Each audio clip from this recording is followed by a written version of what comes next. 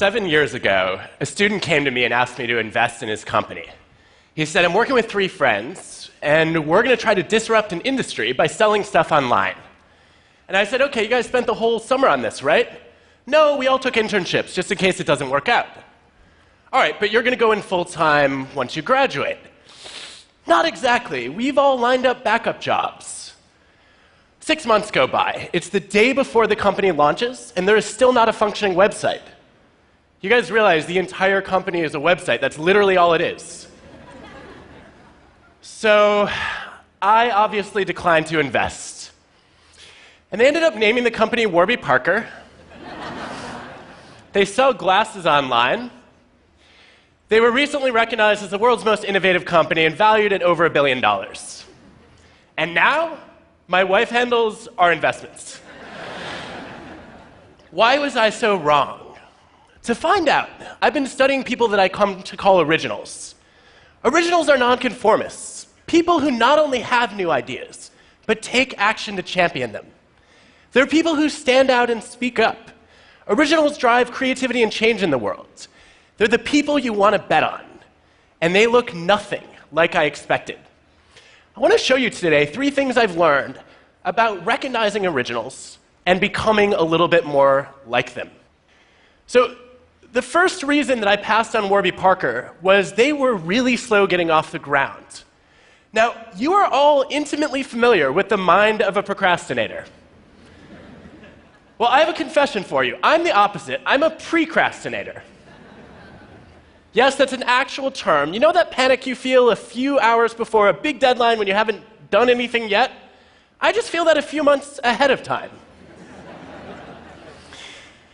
So this started early. When I was a kid, I took Nintendo games very seriously. I would wake up at 5 a.m., start playing, and not stop until I had mastered them. Eventually, it got so out of hand that a local newspaper came and did a story on the dark side of Nintendo, starring me.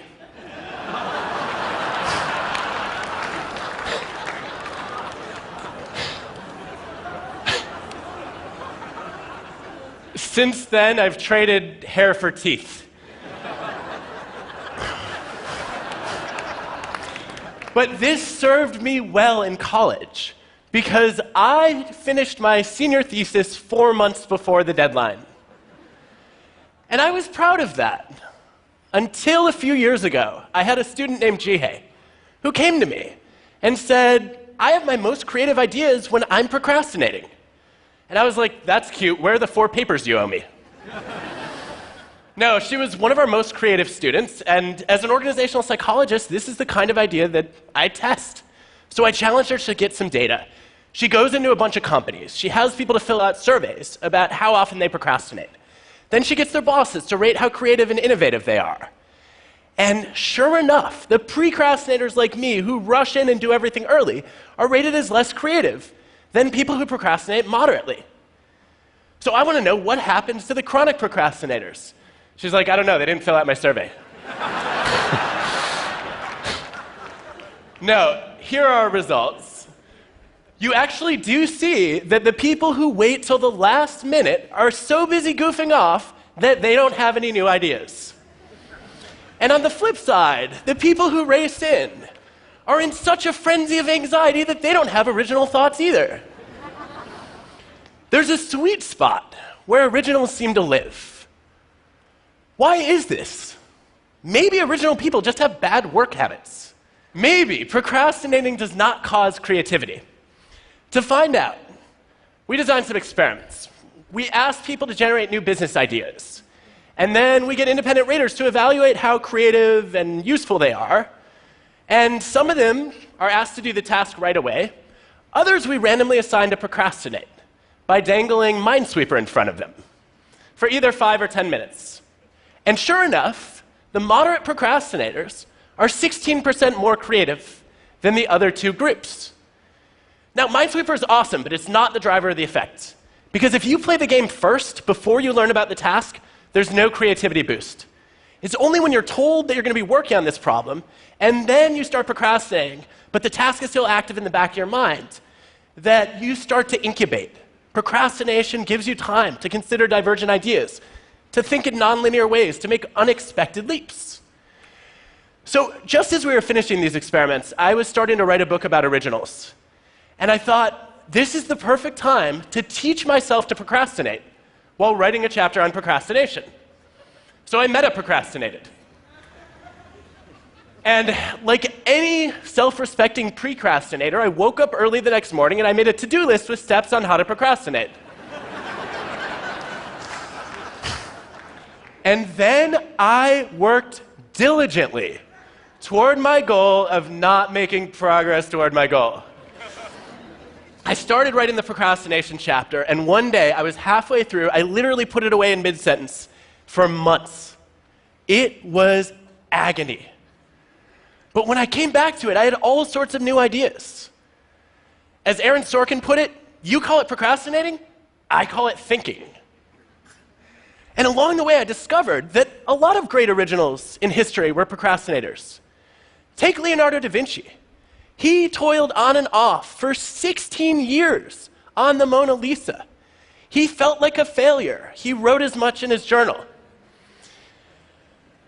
But some of the diversions he took in optics transformed the way that he modeled light and made him into a much better painter. What about Martin Luther King Jr.? The night before the biggest speech of his life, the March on Washington, he was up past 3 a.m. rewriting it. He's sitting in the audience waiting for his turn to go on stage, and he is still scribbling notes and crossing out lines. When he gets on stage, 11 minutes in, he leaves his prepared remarks to utter 4 words that changed the course of history. I have a dream. That was not in the script. By delaying the task of finalizing the speech until the very last minute, he left himself open to the widest range of possible ideas. And because the text wasn't set in stone, he had freedom to improvise. Procrastinating is a vice when it comes to productivity, but it can be a virtue for creativity. What you see with a lot of great originals is that they are quick to start, but they're slow to finish. And this is what I missed with Warby Parker. When they were dragging their heels for 6 months, I looked at them and said, you know, a lot of other companies are starting to sell glasses online. They missed the first mover advantage. But what I didn't realize was they were spending all that time trying to figure out how to get people to be comfortable ordering glasses online. And it turns out the first mover advantage is mostly a myth. Look at a classic study of over 50 product categories, comparing the first movers who created the market with the improvers who introduced something different and better. What you see is that the first movers had a failure rate of 47%, compared with only 8% for the improvers. Look at Facebook, waiting to build a social network until after MySpace and Friendster. Look at Google, waiting for years after AltaVista and Yahoo. It's much easier to improve on somebody else's idea than it is to create something new from scratch. So the lesson I learned is that to be original, you don't have to be first. You just have to be different and better. But that wasn't the only reason I passed on Warby Parker. They were also full of doubts. They had backup plans lined up, and that made me doubt that they had the courage to be original. Because I expected that originals would look something like this. Now, on the surface, a lot of original people look confident, but behind the scenes, they feel the same fear and doubt that the rest of us do. They just manage it differently. Let me show you. This is a depiction of how the creative process works for most of us.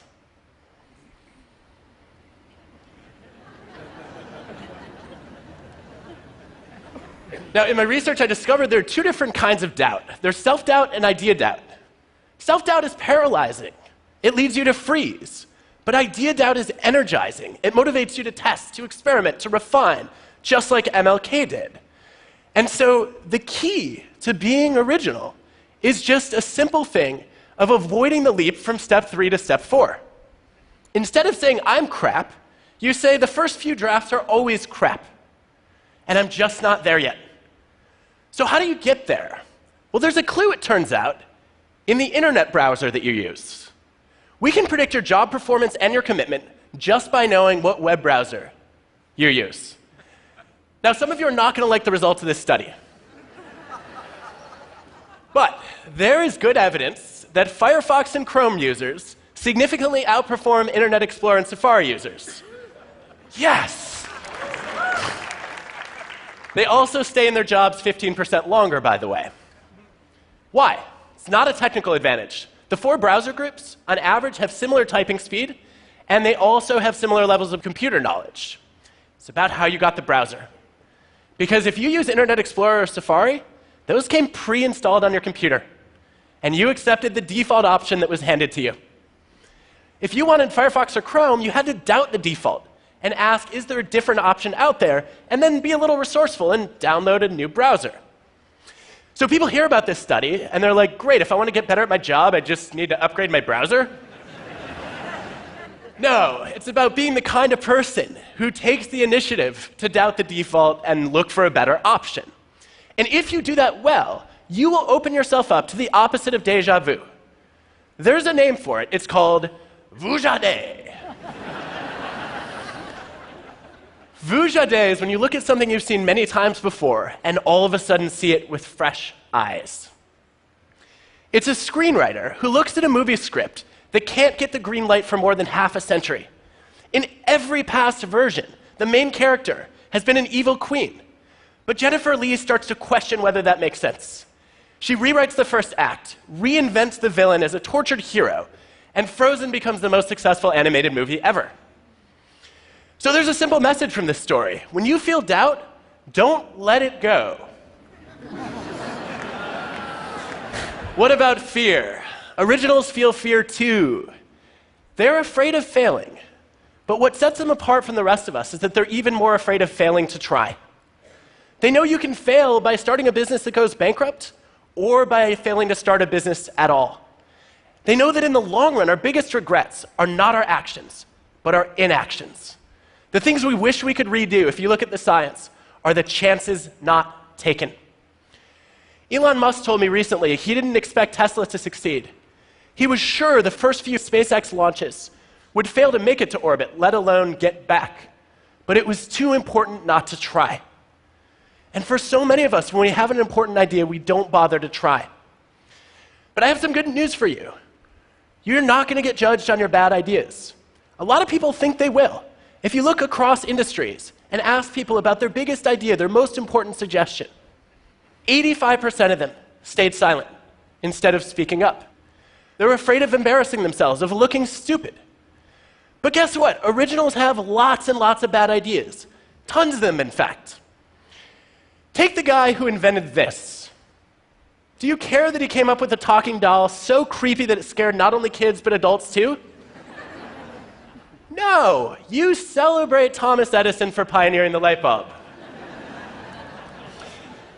If you look across fields, the greatest originals are the ones who fail the most, because they're the ones who try the most. Take classical composers, the best of the best. Why do some of them get more pages in encyclopedias than others, and also have their compositions re-recorded more times? One of the best predictors is the sheer volume of compositions that they generate. The more output you churn out, the more variety you get, and the better your chances of stumbling on something truly original. Even the 3 icons of classical music, Bach, Beethoven, Mozart, had to generate hundreds and hundreds of compositions to come up with a much smaller number of masterpieces. Now, you may be wondering, how did this guy become great without doing a whole lot? I don't know how Wagner pulled that off. But for most of us, if we want to be more original, we have to generate more ideas. The Warby Parker founders, when they were trying to name their company, they needed something sophisticated, unique, with no negative associations to build a retail brand. And they tested over 2,000 possibilities before they finally put together Warby and Parker. So if you put all this together, what you see is that originals are not that different from the rest of us. They feel fear and doubt. They procrastinate. They have bad ideas. And sometimes it's not in spite of those qualities, but because of them, that they succeed. So when you see those things, don't make the same mistake I did. Don't write them off. And when that's you, don't count yourself out either. Know that being quick to start but slow to finish can boost your creativity. That you can motivate yourself by doubting your ideas and embracing the fear of failing to try. And that you need a lot of bad ideas in order to get a few good ones. Look, being original is not easy, But I have no doubt about this. It's the best way to improve the world around us. Thank you.